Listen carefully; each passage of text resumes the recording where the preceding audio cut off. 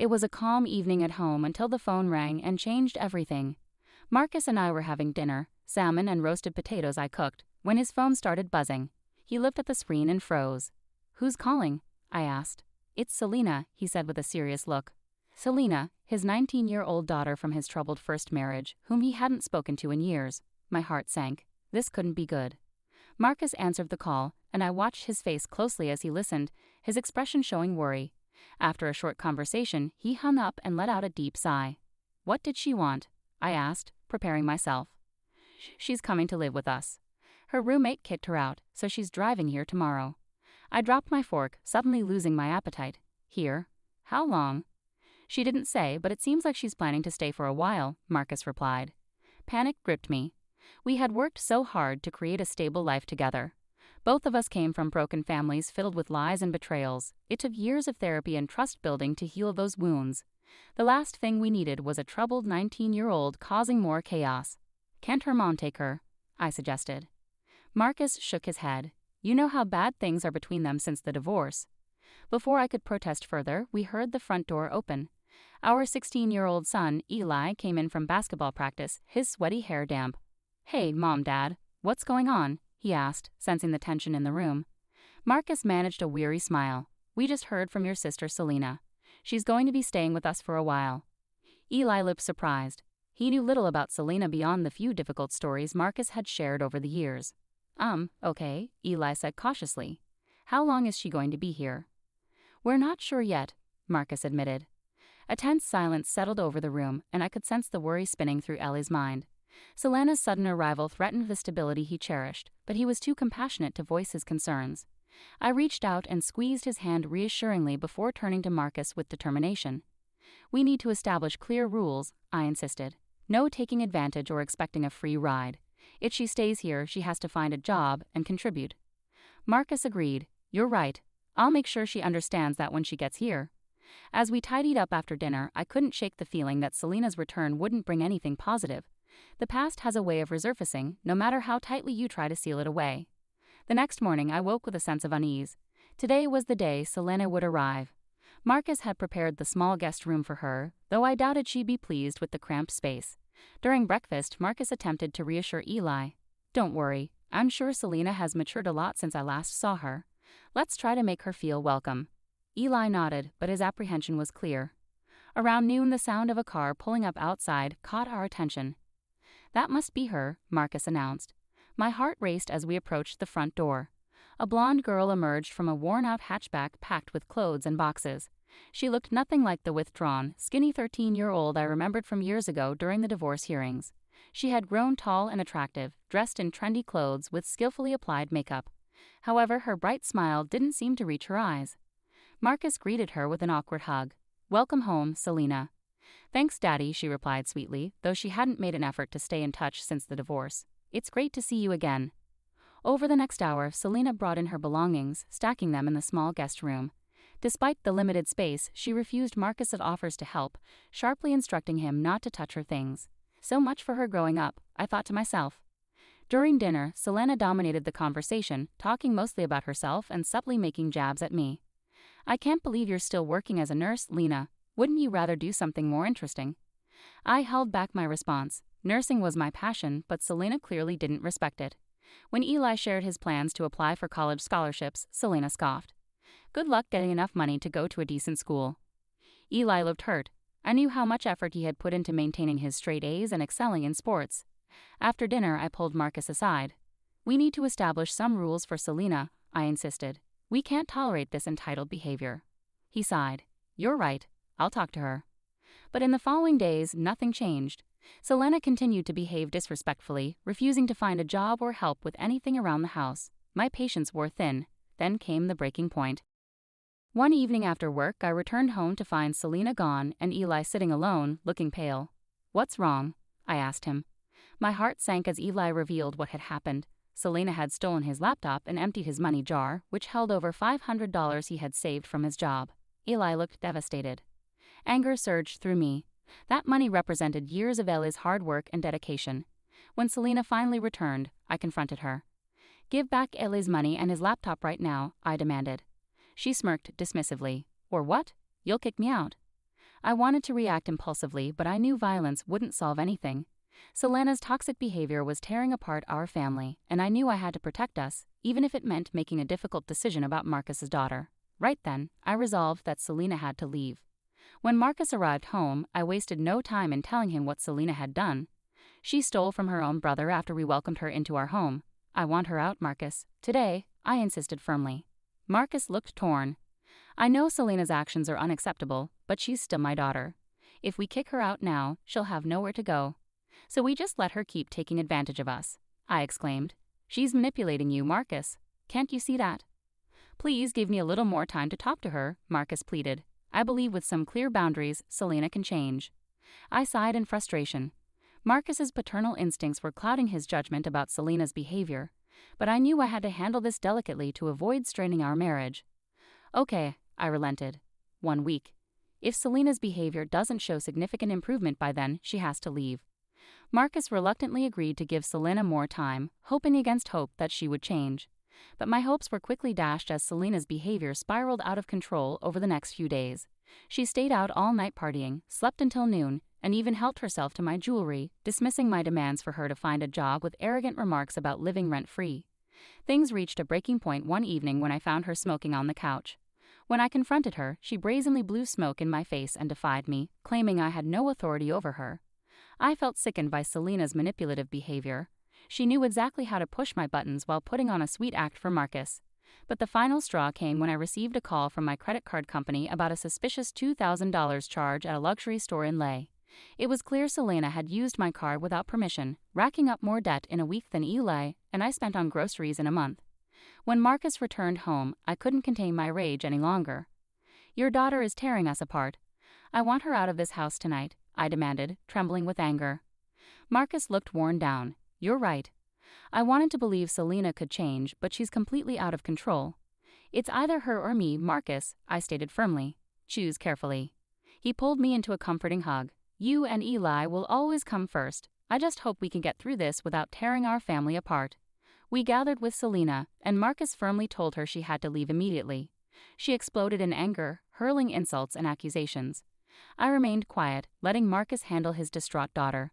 When Selena stormed off to pack, Marcus slumped in defeat. I'm so sorry I brought this chaos into our home, he lamented. You and Eli mean everything to me. No matter how long it takes, we'll heal from Selena's influence. I squeezed his hand, finding solace in his resolve. With unity, we would overcome this trial. Selena's destructive behavior wouldn't break our family. The weeks following Selena's departure were tense. Marcus attempted to reach out to her multiple times, but she refused to respond. I knew he wrestled with guilt, blaming himself for her actions. I reassured him we had made the right decision. Selena had wreaked havoc like a tornado. We changed the locks and dealt with the fallout from my stolen credit card, thankfully resolved with the bank's support in reversing the fraudulent charges. Gradually, our lives returned to normalcy. My heart sank as I opened the letter, shattering the fragile peace we had started to rebuild. It was from a bank I didn't recognize, thanking me for opening a new credit account. Panic set in as I read through the attached paperwork. Someone had fraudulently applied for a $155,000 personal loan in my name, forging my signature, money that had already been deposited into an unknown account. The implications were staggering. This amount of debt could devastate our family, and there was only one person I suspected could do such a thing. When Marcus returned home, I thrust the letter into his hands. Your daughter is trying to ruin us. We need to call the police right away. His eyes widened in shock as he scanned the letter. My God, I knew Selena had issues, but identity theft? He sank into a chair, burying his face in his hands. This is all my fault. I failed her as a father. My anger towards Selena began to soften as I saw how deeply Marcus was affected by her betrayal. Sitting beside him, I placed a hand on his shoulder. You did everything you could for her in such difficult circumstances. Some people just refuse to change. Now we have to focus on protecting ourselves and Eli. Will you call the police to report the fraud? Marcus sighed heavily but nodded. You're right. I need to do the responsible thing, no matter how painful.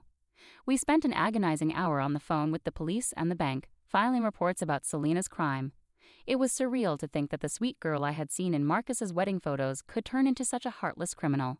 The bank investigator informed us that the loan had been taken out locally, suggesting Selena was still nearby. The thought sent chills down my spine. That night, as we lay in bed, I turned to Marcus. We'll work with the bank to invalidate that loan. They believe we're the victims in this. I hope you're right, Marcus murmured, his voice heavy with worry. Because if not, this could ruin us financially. We might even lose the house. The unspoken fear hung thick between us. Selena wasn't satisfied with just tarnishing her father's trust. She seemed determined to dismantle our entire family, no matter the cost. As I finally drifted off to sleep, I repeated a silent mantra. Selena's schemes couldn't touch us, no matter how hard she tried. Goodness and truth would prevail, but beneath the surface a cold anger simmered. If Selena continued to threaten my loved ones, I was prepared to do whatever it took to stop her. In the following weeks, there was no word from Selena. The bank's investigation into the fraudulent loan bought us some time before any debts were due. Police attempts to locate her proved fruitless. Selena had vanished without a trace, leaving Marcus to comb through online records in a desperate search for clues. It was clear she knew how to evade capture, an adept manipulator and elusive figure. Then, on a sunny Saturday, our world shifted once more. Marcus was away at a teaching conference for the weekend, so Eli and I decided to catch a movie together. But upon returning home, a sense of dread washed over me immediately. The front door stood open. Heart pounding, I hurried inside, Eli right beside me. Wait in the hall, I instructed Eli firmly. If Selena was inside, I wanted to shield him from any danger. Moving cautiously, I entered the dimly lit rooms. At first glance, nothing appeared out of place. Then I reached Ellie's bedroom. The sight was devastating. Drawers thrown open, mattress overturned, and the closet in disarray. Eli rushed in beside me, gasping in disbelief. That's when I noticed the paper on his bed, scrawled with a mocking message. College fund gone. Oops, better start bussing tables, loser brother. Anger surged through me, blurring my vision. The college fund Marcus and I had painstakingly saved for Ellie's future, nearly $20,000, was stolen. Selena had callously used it for her own needs while leaving hurtful insults for her brother, whom she had never bothered to know. I heard a choked sob from Eli, his face drained of color, tears welling in his eyes. All the money you saved up for me, gone. I hugged my kind, hard-working son, feeling heartbroken for him. We'll find a way through this, I promised, but inside, I was furious. That money was meant to help Eli have a better life, but Selena had taken it all away without any care. When Marcus came home, he was devastated by the break-in and Ellie's loss. My usually calm husband was furious, just like me. Our savings were gone, our home broken into, and our son hurt for no reason. It was too much. Selena needed to face consequences before she hurt more innocent people. The next evening, ignoring Marcus's warnings, I drove to the old motel where people said Selena was staying. I found her beat-up car parked outside. I knocked on her door until she opened it, smirking when she saw me. Well, if it isn't St. Lena, here to lecture me about morals. I slapped her hard across the face. You're a terrible person, I said angrily. Didn't ruining our lives once satisfy you? Selena's smirk disappeared. You'll pay for that, she snapped, trying to attack me. We struggled briefly before I pushed her back inside and slammed the door in her angry face. I walked away, shaking but determined. Today, Selena's reign of terror ended one way or another. I had given her chances to change, but some people are rotten to the core beyond redemption. Trying to save them risks dragging yourself down too. Selena had shown herself to be heartless and incapable of doing any good. Now it was time to cut her out of our lives for good before she could hurt us again. In the weeks that followed, I nervously waited for Selena's revenge. Marcus tightened security around our house. I kept Eli home from school, afraid to leave him alone until Selena was caught. But as time went on without any sign of her, we started to relax. Maybe she had realized she couldn't stay in town without facing consequences for what she'd done. Late one night, I woke up to blaring fire alarms. Marcus and I rushed to Ellie's room and found it filled with smoke, flames climbing up one wall. We grabbed Eli and hurried outside just before the fire consumed his bedroom. While firefighters put out the blaze, I couldn't shake the feeling that this was no accident. Selena had made a final desperate move for revenge. The police investigation confirmed my suspicions. Traces of gasoline had been found on one side of the house, deliberately set alight. It was a chilling realization that Selena had intended to destroy us as we slept, if not for our timely awakening. Marcus looked exhausted as he spoke to the investigators. Our daughter, Selena Rogers, is your prime suspect for arson. She's already committed identity theft and burglary against us. This fire was her latest attempt to harm my family. After discovering Selena was committing more serious crimes, the police finally took action. They got security camera footage showing someone in Selena's car leaving the area just before firefighters arrived. Arrest warrants were issued for Selena, and her name and photo were shown in the news as a dangerous criminal. Marcus even asked Selena to surrender, promising she'd get a fair trial. But Selena stayed hidden, leaving us stuck in uncertainty, fearing she might strike again. I stayed indoors with Eli, keeping a rifle and fire extinguishers close by. She had already taken so much from us, I wouldn't let her take our peace of mind too. Then one evening I got a surprise call from the detective leading the case, urgently telling me, "You need to check the news now. They just caught Selena Rogers." I rushed Marcus and Eli to the TV, our hands shaking. The news showed Selena in handcuffs outside a pawn shop, stolen things from our house scattered around her, jewelry and electronics. She cursed and spat at reporters while police put her in a car. Selena had thought she couldn't be caught, but she slipped up and got caught red-handed. Reporters talked about Selena's shocking crimes against her own family. Her reputation was ruined, and everyone saw the real monster behind her pretty face. I almost felt sorry for her, almost. That night, with Selena locked up and our home safe, we finally slept peacefully. The coming weeks would be hard, cleaning up the mess Selena made, but the worst was over. Her lies couldn't hurt us anymore. A new day had come, full of hope and promise. In the weeks after Selena was arrested, life slowly returned to normal.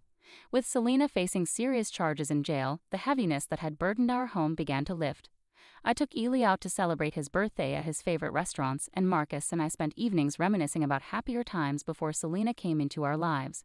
We started making plans to repair the fire damage and recover financially. But looming court dates brought anxiety. Marcus struggled with the thought of testifying against his own daughter, despite their strained relationship. I tried to stay strong, reminding myself of the pain Selena had caused us. Then came shocking news. Selena had been involved in a violent fight with another inmate in jail and had died as a result. Marcus was devastated. He withdrew into our room for days, grappling with guilt. Meanwhile, I focused on supporting Eli, who, despite everything, felt saddened by the loss of a sister he barely knew. In the following weeks, we learned disturbing details about Selena's final days. The inmate she fought with claimed Selena had boasted about how she enjoyed deceiving people and wished she had stolen even more from us. Hearing Selena's callous words only hardened my resolve. She had shown no remorse for the pain she caused. In the end, her own greed and aggression had led to her downfall. With Selena no longer around, her case quickly fell apart. The bank canceled her fake loan applications, lifting that heavy debt off our shoulders. The police recovered some of our stolen money from her places. Meanwhile, our community rallied behind us once Selena's crimes came to light, offering sympathy and raising funds to help Eli with his college tuition. Their kindness overwhelmed me. After being trapped in Selena's lies and isolation, the support of true friends felt like escaping a nightmare. Marcus felt it too. We weren't alone. Good people could stand against evil together. On the anniversary of Selena's passing, we visited her grave for the first and only time. Marcus knelt beside her simple gravestone, quietly saying a prayer. I stood with Eli, giving them space. "She wasn't always like this," Eli said softly. "Do you think if she had made different choices, she could have found happiness?" I held my wise son close, embracing his insight. Everyone chooses their own path. Selena's led to destruction, but we're moving forward now, into the light. Marcus joined us, his demeanor finally calm. He took my hand with a gentle smile. "Thank you for staying by my side," he said. "Your love guided me through the darkness." Together we walked away from Selena's troubled legacy toward a future full of promise. In the months following Selena's passing, our family began to heal. We repaired the fire damage, recovered stolen money, and settled debts. Slowly we reclaimed what Selena had tried to take from us. Yet some wounds ran deeper. I woke from nightmares of fire consuming our home. Marcus withdrew into solitude, wrestling with guilt, while Eli grew more reserved, startled by every sound and keeping his door locked. That's when I suggested we start seeing a family counselor. Initially, Marcus hesitated, feeling ashamed about needing help. But eventually he agreed that it was essential for us to heal fully. Our counseling sessions became a source of profound release. We discussed feelings of betrayal, violation, and anger. The counselor taught us techniques to manage anxiety and PTSD, encouraging us to express our emotions rather than keeping them inside, which had strained my relationship with Marcus, who tended to brood. Through these sessions, I discovered depths of pain in Marcus that I had not fully understood before. He confessed that part of his desperate attempts to help Selena stemmed from regret over his perceived failures as a father during his divorce. The counselor helped him see that his intentions were misguided rather than malicious, easing his sense of shame. For Ale, the most comfort came from returning to normal routines. He rejoined school sports teams, volunteered at a homeless shelter, and started working part-time at an ice cream parlor. Focusing on these activities and engaging with the community helped him feel more empowered and less helpless. 6 months later, with our counselor's blessing, we decided to put our troubles with Selena behind us. Using the last of the recovered money, we took a family trip to Hawaii. We enjoyed stunning beaches and delicious dinners, free from tension or drama, just cherishing our time together. On our last night, Marcus and I renewed our vows on the beach at sunset, with Eli proudly officiating. Looking at my two incredible men, my heart swelled with love and pride. Selena had tried to tear us apart, but instead, we emerge stronger. While scars remain, we wear them proudly, refusing to let past pain define us. Our family embodies resilience. During the flight home, I wrote a journal entry reflecting on our journey, which I later shared with Marcus and Eli. The past year brought immense challenges but also profound growth. We've grown closer, our wounds turning into wisdom. Selena's actions reopened old wounds and inflicted new ones, but we've stitched ourselves together, becoming stronger. Our imperfect family doesn't just survive, we thrive. Darkness fades, healing begins, and the enduring light remains. Later that week, I stored my journal in a keepsake box. The last remnants of Selena's havoc, court documents, financial statements, police reports, were discarded. Marcus held me close, saying, "It's finally over. Now we can build something beautiful from the ashes." I smiled at him and embraced Eli. The storm had passed. Ahead of us stretched a bright future, and together we would walk